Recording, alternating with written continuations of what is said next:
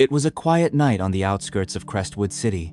The rain had just stopped, leaving the roads slick and shining under the streetlights. A black luxury SUV cruised steadily down the main avenue. Inside sat a woman calm, confident, dressed in a dark blue suit, her silver bracelet glinting softly as she gripped the wheel. Her name was Evelyn Brooks. Officer Mason Harlow sat in his patrol car a few blocks ahead, sipping cold coffee, restless and bored. He'd had a long shift, full of minor stops, but deep down, he was waiting for something to break the monotony. Then he saw it. The SUV. Tinted windows. Out of place, he thought. Not the kind of car that belonged in his part of town. He squinted, muttered, probably stolen, and flicked on his sirens. The blue and red lights flashed through the fog. The SUV slowed, pulled to the side. Mason smirked, fixing his belt and stepping out. His boots splashed through the puddles as he approached the driver's window. He tapped it sharply. "License and registration," he barked. The window rolled down slowly, and there she was. Evelyn looked up at him with calm eyes. "Good evening, officer. Is there a problem?" Mason frowned. Her tone was polite but firm, not the usual nervous tone he was used to. "You tell me," he said. "You were speeding through a 35 zone." Evelyn glanced at the speedometer, then back at him. "I believe I was within the limit." Mason chuckled sarcastically. "You believe?" "Lady, I clocked you at 52. Now, step out of the vehicle." Evelyn raised an eyebrow. "Is that really necessary? You're refusing a lawful order?" he snapped, his hand drifting toward his holster. She sighed softly, then opened the door and stepped out. Rainwater splashed around her heels. She stood tall, poised, unshaken, the very picture of grace under pressure. Mason's tone grew sharper. "You got a name?" "Evelyn Brooks," she replied. "That name's supposed to mean something?" He sneered. She didn't answer. He took her license, looked at it briefly, then froze. His eyes darted to the small emblem printed near the bottom. "City of Crestwood, Office of the Mayor." He blinked, unsure if he was seeing right. He looked up at her again, and she was watching him calmly. "Is something wrong, officer?" she asked quietly. His throat went dry. He stammered. You're the mayor?" Evelyn nodded. "Yes, and I'd like to know why you pulled me over." The silence was deafening. For the first time, Mason felt the weight of his own arrogance. He looked down at her license again, trying to find a way out of the humiliation. "Ma'am, I didn't realize." Evelyn crossed her arms. "Didn't realize what? That you were profiling me?" Her voice wasn't angry, it was disappointed. Calm, controlled, which made it sting even more. "Ma'am, I was just doing my job." "No," she interrupted. "You were making assumptions, and that's what divides the city." Mason's heart pounded. His hands trembled slightly. She looked at the flashing patrol car lights reflecting in the puddles. "How many others have you done this to?" she asked softly. Mason swallowed hard. I don't know what you mean." Evelyn took a step closer, her eyes unwavering. "You saw a car that didn't fit your idea of who belongs here, and you acted on that bias. You're lucky it was me tonight, because some people you pull over don't make it home." Her words cut deeper than any reprimand could. Mason's chest tightened. He felt exposed, like the badge on his chest meant nothing. Before he could respond, another patrol car pulled up. Sergeant Hill stepped out, confused. "Everything okay here, Harlow?" Mason hesitated, glancing at Evelyn, then at his superior. "Yeah, Sarge. Just routine stop." Evelyn turned to the sergeant. "Routine?" she said. "Your officer here drew his weapon before even explaining why I was pulled over." Hill's face went pale. "Ma'am, Wait, Mayor Brooks?" Evelyn nodded once. The sergeant's expression shifted from confusion to panic. "Mayor, I assure you this isn't standard procedure." Evelyn looked between the two men, her voice steady. "Then fix it." She turned and walked back to her car, the sound of her heels echoing against the wet asphalt. Mason stood frozen, rain dripping down his face. He wanted to apologize, to say something, but the words never came. As she drove away, The air in the patrol car felt heavy. The sergeant turned to him. "Do you have any idea what you've done?" Mason didn't answer. He sat there, watching the red taillights disappear into the fog, feeling smaller than ever. The next morning, Mason walked into the precinct. The chief was waiting. "Close the door," he said. On the desk sat a report, Evelyn Brooks's name printed across the top. The chief's voice was grave. "She filed a complaint. There's going to be an internal review." Mason's stomach dropped. "Sir, I didn't mean." "Doesn't matter what you meant," the chief interrupted. "Perception matters more than intent. And right now, the mayor's perception of this department is destroyed." He left the office feeling hollow. Outside, reporters were already circling the station.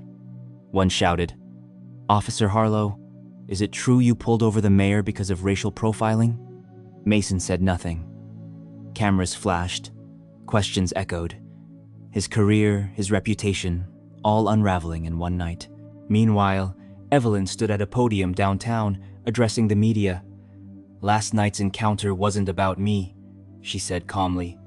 "It was about every person who's ever been treated unfairly because of what they look like or where they come from. We can't change the past, but we can change how we move forward." Her speech went viral. The headline read, "Mayor confronts racist officer and teaches city a lesson in grace." Days later, Mason received a letter at home. No sender name, just his address on the front. He opened it slowly. Inside was a single note. It read, "Justice isn't punishment, officer. It's understanding. Fix what's broken not just in others, but in yourself." It was signed, E. Brooks. He sat there, staring at the letter, the words burning in his mind. For the first time, Mason didn't feel angry, he felt accountable. Maybe redemption wasn't out of reach, if he was willing to face himself first.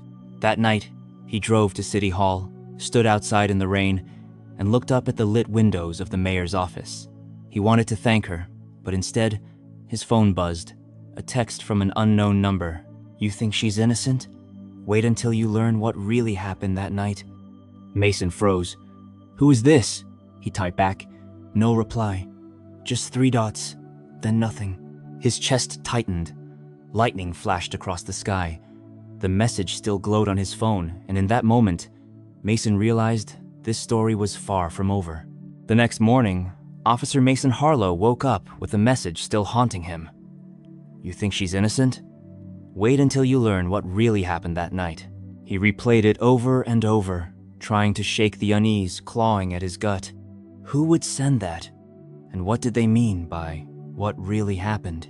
He scrolled through his contacts, tempted to call the mayor's office, but stopped himself. He was already suspended pending investigation. One wrong move could finish him for good. Still, something about that message wouldn't let him rest. Later that day, Mason drove out toward the edge of town to the intersection where he'd pulled Evelyn Brooks over. The rain had returned, light but steady. The road was empty, except for the faint smell of gasoline still lingering in the air.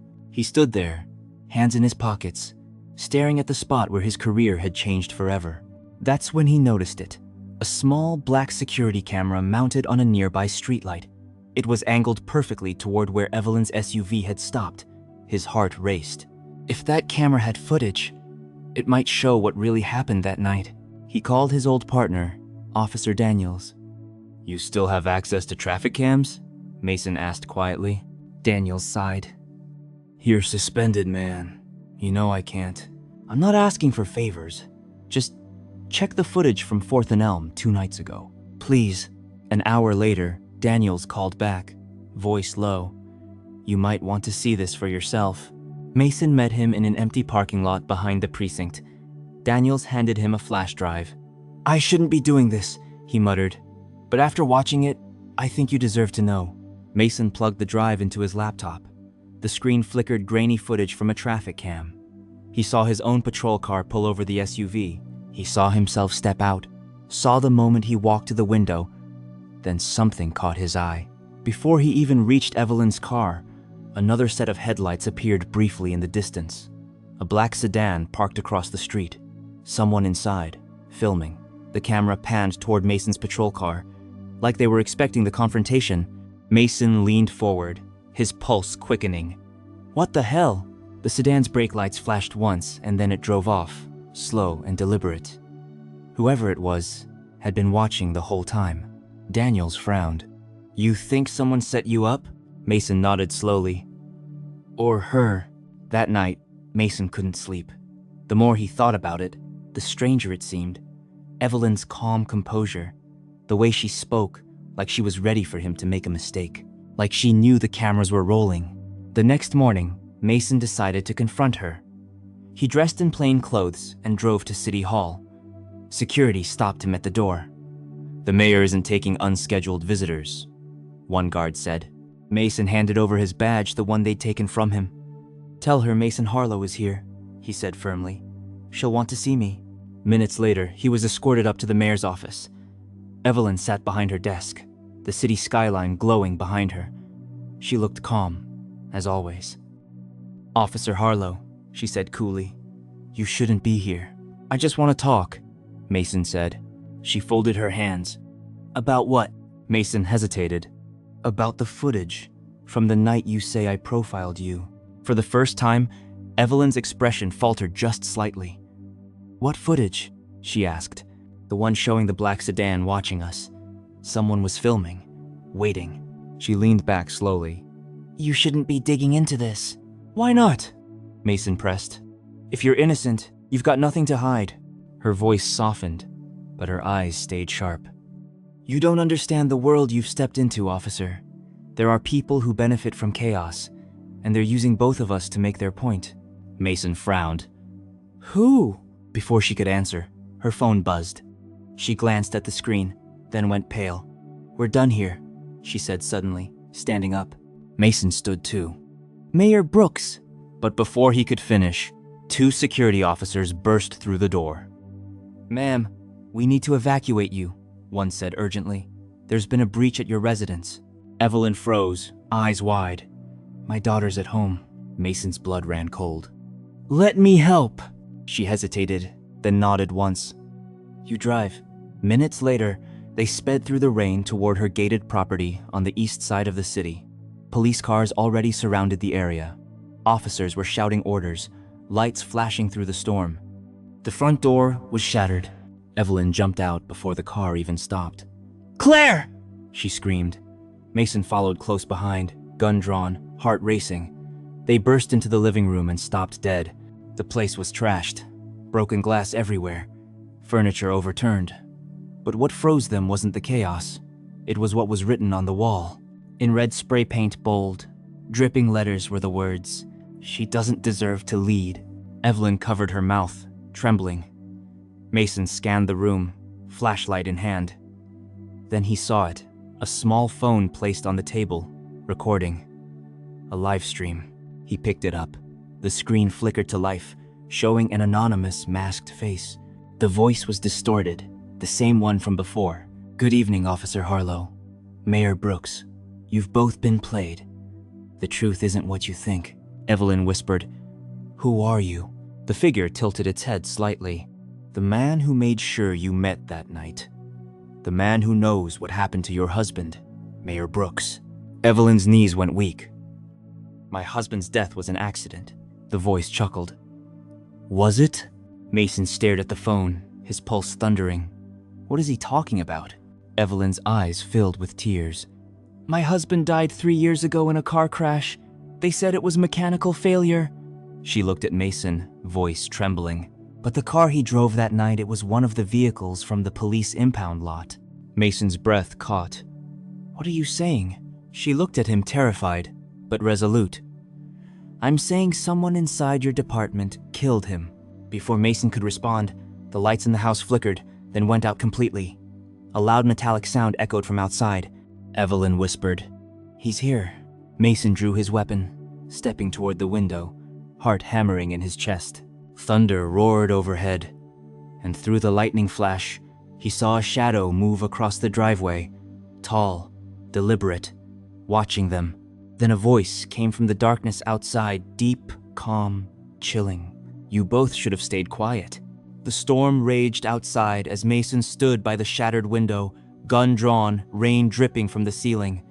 Evelyn clung to the letter her daughter had dropped, her hands trembling, heart pounding.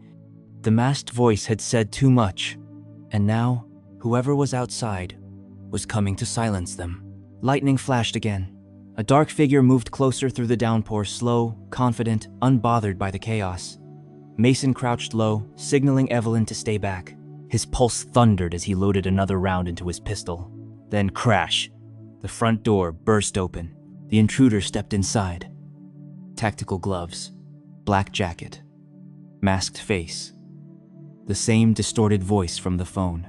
"Put the gun down, Officer Harlow," the man said coldly. "You've already done enough damage." Mason gritted his teeth. "You've got 10 seconds to drop that mask before I..." The man laughed darkly.